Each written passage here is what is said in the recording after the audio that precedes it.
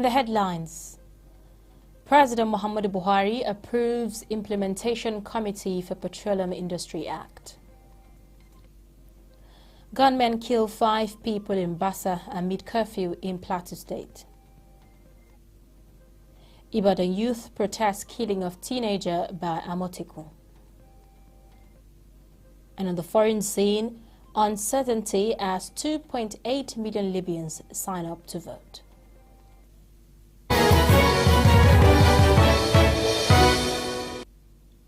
Welcome to Trust TV News Update. I'm Zainab Bala.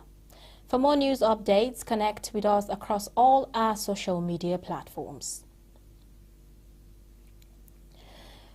President Muhammadu Buhari has approved a committee to commence the implementation of the Petroleum Industry Act. The steering committee, which has 12 months duration for the assignment, is headed by the Minister of State for Petroleum Resources, Temipre Silva. President Buhari gave the approval while giving a remark on the act, which he assented to 2 days ago. The president hinted that relevant ministry, departments, agencies have been tasked to work with Silva towards the successful completion of the implementation process. Gunmen have killed 5 people in Bassa local government area of Plateau State.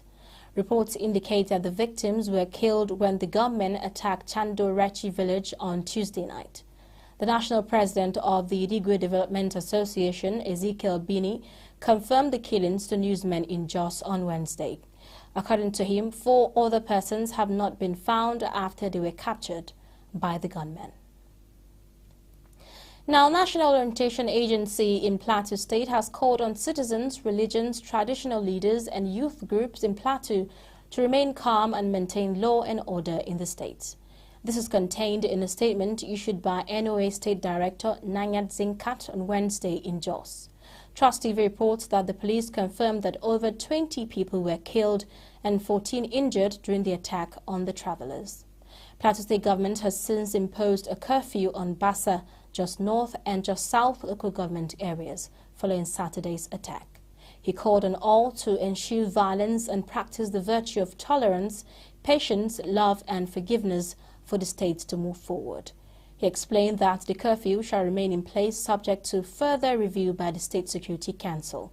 Nalong advised residents of the state to abide by the directive to enable security personnel to maintain law and order in the affected areas and deal with those attempting to cause trouble. Youth in Ibadan, the Oyo State capital, are currently protesting the alleged killing of a teenager. According to media reports, the protesting youth have barricaded Mokola area. Some of the commuters plying the Total Guarding Secretariat Road, Government House Road and Parliament Road to find alternative routes. It was gathered that a teenager whose name could not be ascertained was allegedly killed by an operative of the Amotekun Corps.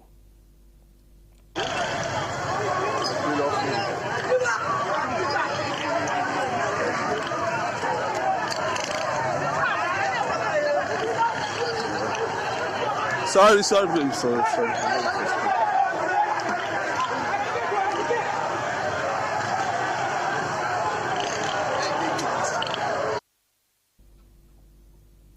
Elsewhere, police in Jigawa have confirmed the death of 14 persons in an auto crash in Ringim local government area of the state. Police Public Relations Officer, Jigawa Police Command ASP Lawa Shisu confirmed the incident to newsmen on Wednesday in Duze. Shisu said the incident occurred on Monday at about 7:40 p.m. along Ringim Kano Road. He said 8 others were injured in that accident that occurred at Kwanargerewa area of Ringim local government area. According to him, the 8 injured passengers are currently receiving treatment at a general hospital in Ringim. The police command in Osun says it has received report on 7 members of a family found dead in their rooms on Tuesday in Akpomu Shokun local government area of Osun State. The command spokesperson, SPMC Akpalola, said that 8 persons were found in the rooms in the house, but only 1 was found breathing. Akpalola said poison of carbon monoxide is suspected to be the cause, but the result of autopsy would confirm the cause of death. The 7 dead persons were discovered by neighbors who believe they died in their sleep. Governor Atiku Bagudu of Kebbi has lauded the Nigeria Police Trust Fund for buying 120 Buffalo armored vehicles. This is contained in a statement issued by Malam Yahaya Sarki, Special Advisor to Bagudu on Media in Birnin Kebbi on Wednesday. Bagudu, who is also the chairman of Progressive Governors Forum, gave the commendation at the Nigeria Police Headquarters in Abuja while inspecting the 120 new Buffalo vehicles bought by the fund.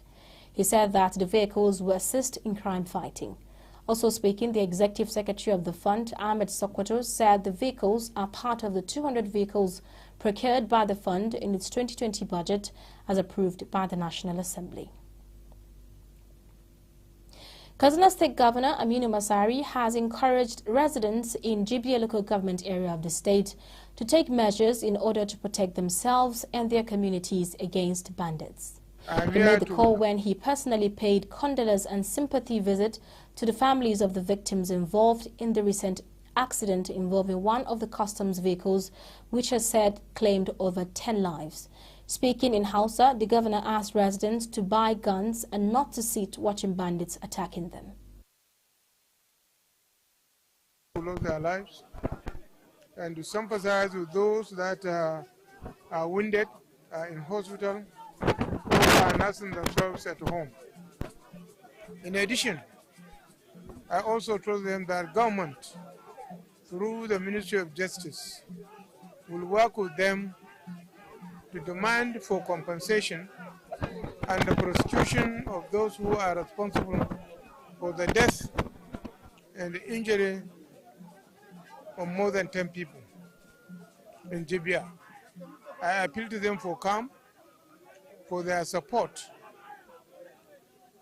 because if they don't support the efforts of government in trying to see that they are properly compensated, they will undermine whatever we're doing to restore sanity in the operations of customs and the other security and paramilitary agencies that are working in the state. Now, abductors of the Zamfara State College staff and students are demanding a ransom of 350 million for the release of the victims. Provost of the college, Habibu Mainasara, confirmed this to newsmen after he received a phone call from the bandits on Tuesday. Trust TV Northwest correspondent Idris Jibril reports. Once a citadel of learning, College of Agriculture and Animal Science Bakura is now a no man's land, following an attack that leads to the abduction of scores of staff and students. While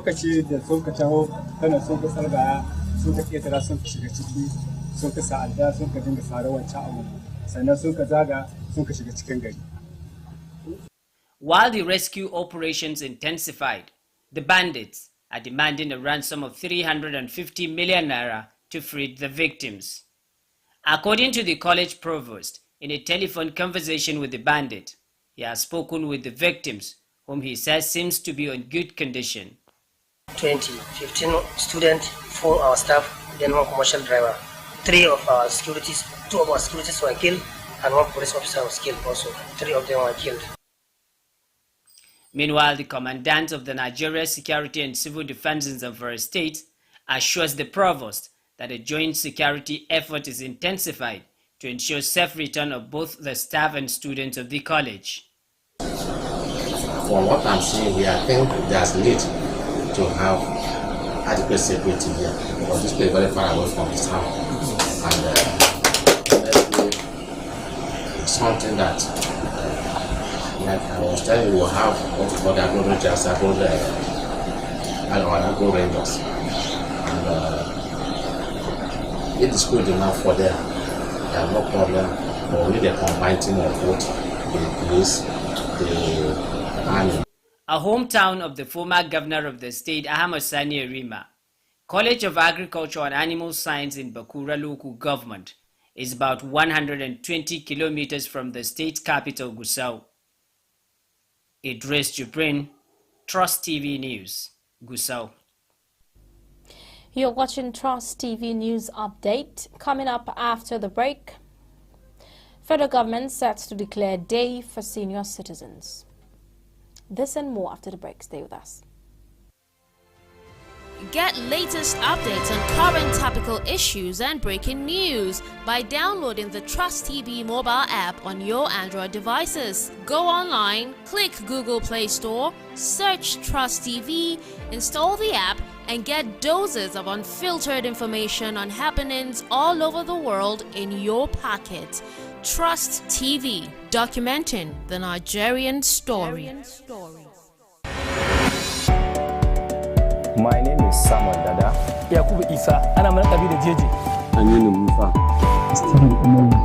A wannan harkar ce muke dan samun abinci, an muke taimaka mu wasu da yawa. Looking for private jobs. Sometimes you get employed and the process of payment, you undergo some kind of stress.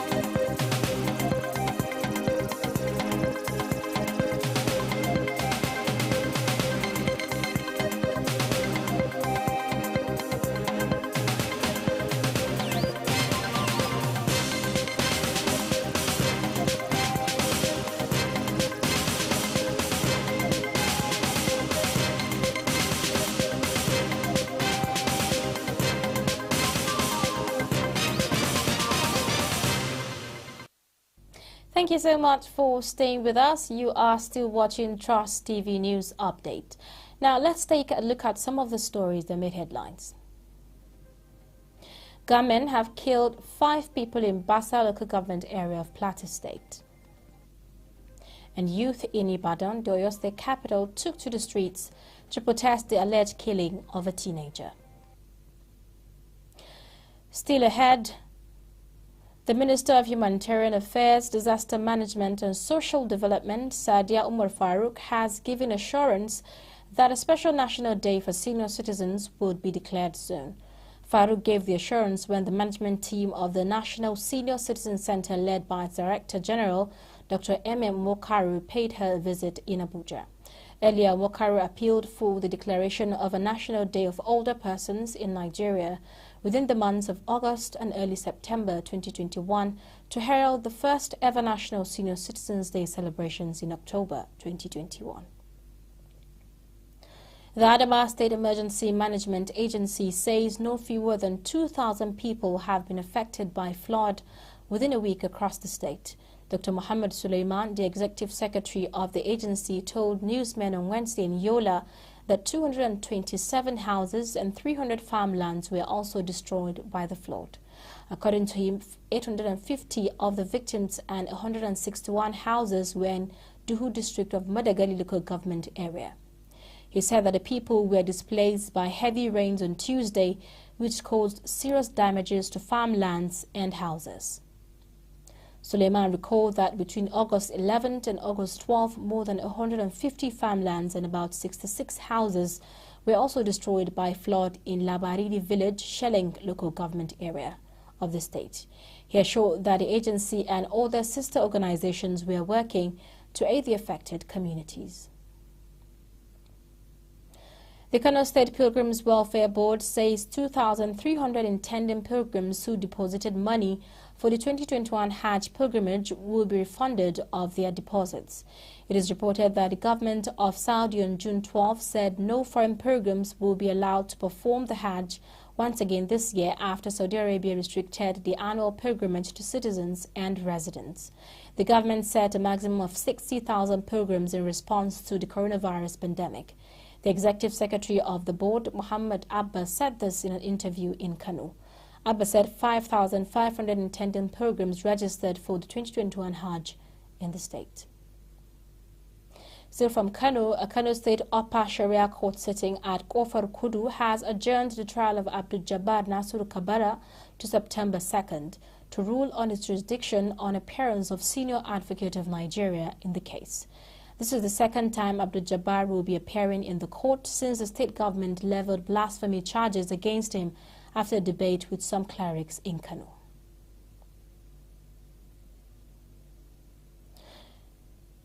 The removal of the 14th Fulani Emir of Kano, Muhammad Sunusi, and the subsequent appointment of his uncle Nasiru Ado Bayero as Emir of Bichi has not tainted the cordial relationship between the two royal icons. In an interview with Trust TV at his palace, the Emir said ex-Emir Sunusi is a friend and family. We're friends, we're family, and in the family, growing up, we were the closest to each other. Our friendship was kind of was a case study, really, in the palace, because our fathers also grew up together. Late Chiroma Aminu Sunusi and my father are also best of friends, and he was his uncle.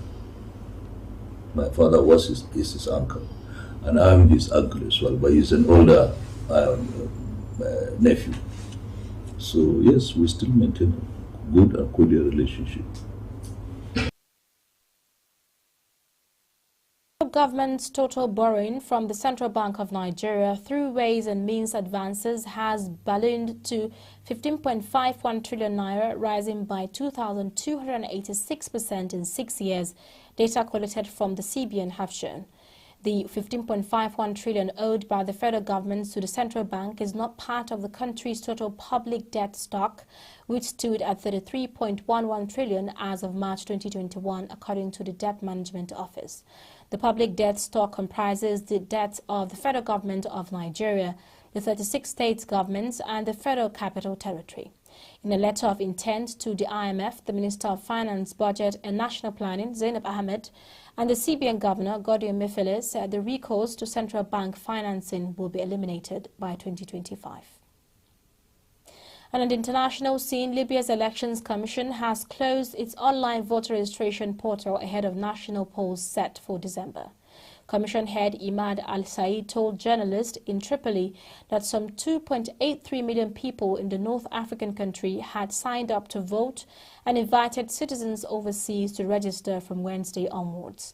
Parallel political negotiations have installed a transitional government tasked with leading the country towards national elections set for December 24th. But despite months of relative peace, Libyans remain at odds over when the elections should be held, which elections and on what legal basis. And in sports, Cristiano Ronaldo has criticized media reports that have linked him with a move away from Juventus this summer. In an Instagram post, the 36-year-old has said all transfer speculation surrounding his future is just talk and curled rumors of a return to Real Madrid, saying his story at the Spanish club has been written. He also called the rumors a disrespect for him as a man and as a player.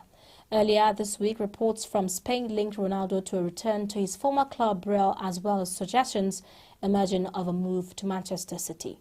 He joined the LA Liga side in 2009 and went on to score a club score 450 goals in 438 games before departing for Juventus in 2018. And that wraps it up for news update at this hour. Follow us across all our social media platforms. I'm Zainab Bala. Thanks for your time and company.